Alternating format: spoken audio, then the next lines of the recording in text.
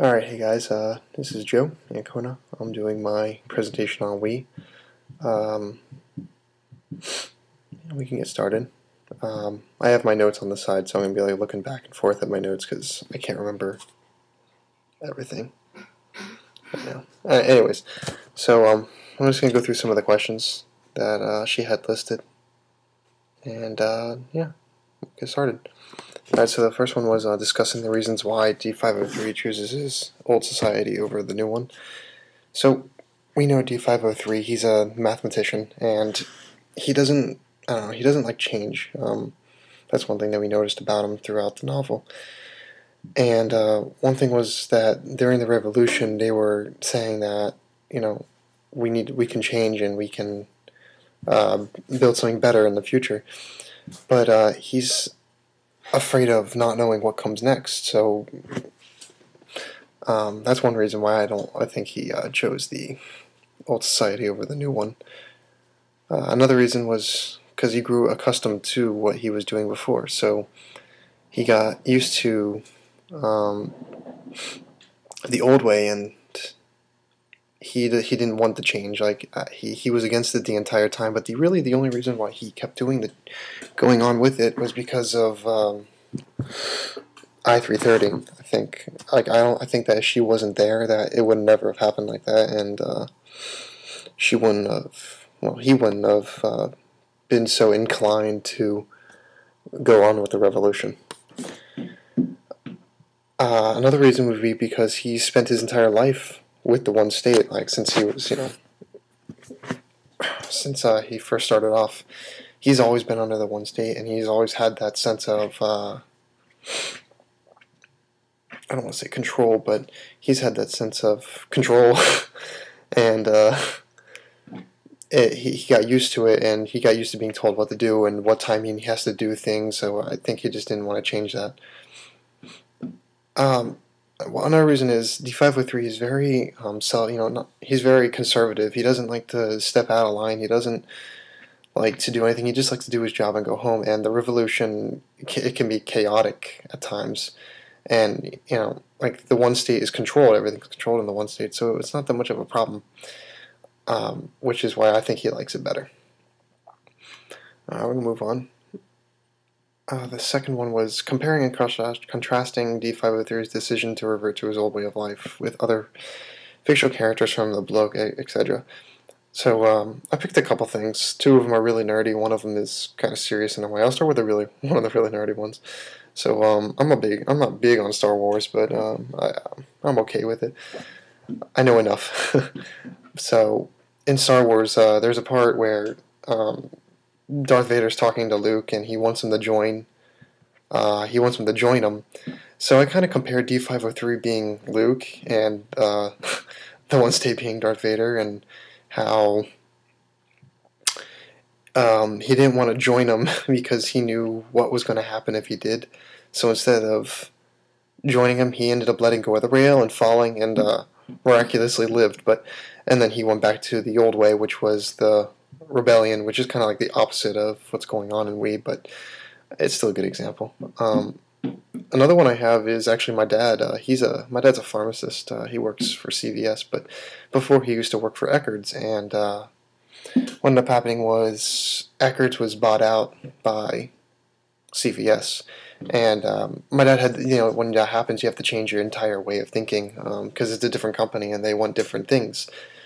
So my dad had to change his own ways, which he was okay with changing, but he had a partner. He wasn't so good at changing, and he ended up getting fired because he wanted to stay on his, I guess you could say, old path, and the company wanted to switch to the new path.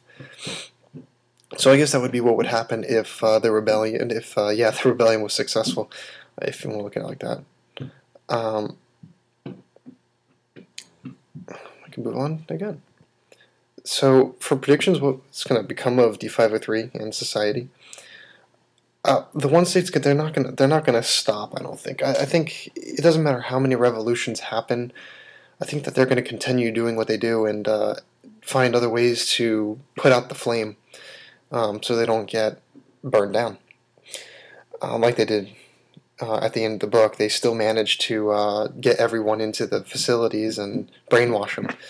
So it's like, okay, so so the individual thought process, it's going to be destroyed, and I think that they're going to have more of a strict schedule. Maybe even, they'll do weird things. Probably, implanting things in the brain to track and whatnot, and just knowing where everyone's position is to a better area. Since there is going to be more revolutions in the future, they'll have to keep up with the technology and keep on trying to suppress what's happening.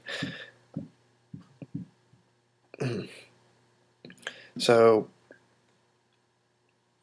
I kind of related this to another nerdy thing, but I related it to Star Trek. I don't know if you're familiar, but in Star Trek they have something called the Borg. The Borg it's a collective. It's the same exact thing as the One State, except everything's controlled, and what they do is they go out and they try to assimilate other species to learn to gain their knowledge, kind of like what the One State wants to do by sending out the space shuttle into space and conquering the planets. That's kind of what the Borg do. So actually it would be like the One State in the future. The Borg could be a great example of the One State in the future and what they would do. So everyone in the Borg, they work together. They're, like I said, they're a collective, and they have the same thought process, and they all have their minds connected together. So you don't have any privacy. It's the same thing. So I think that's what's gonna happen to D503 and this society. I think that they're still gonna be able to move on into space and whatnot, and keep on rolling on with what they're doing. And yeah. Alright, so one more thing we could talk about, I know I'm at almost 8 minutes here, is we could talk about social and political trends, I guess, of what happens to D503 in the end. So we could look at the Google policy. That would be good. Right now the Google policy, I'm sure you guys know, but they're changing it to make it into one easy to use document, but it just highlights the different processes and what they're doing, and they say that the information that they're getting is not going to be used unless they have permission, but they're doing it in some weird way, so they're still controlling it. Another thing could be the GPS tracking in iPhones. They ask you for your location, but I don't really think they're asking you. I think they're just it's like a courtesy thing to let you know that they're doing it. So I think we're actually already being tracked. And another example would be the article I posted about Russia, which if you haven't read that, you probably should. It's pretty cool. I think Vladimir Putin, he was elected as president again, but the problem with that was, like 3 months ago, they were having problems because they were saying that the polls were counted incorrectly and whatnot. So the people were all mad and everything, and that's always been like that in Russia. That's always happened in Russia. But the Vladimir Putin guy actually ended up winning the election on March 4th. I think that's a Monday. So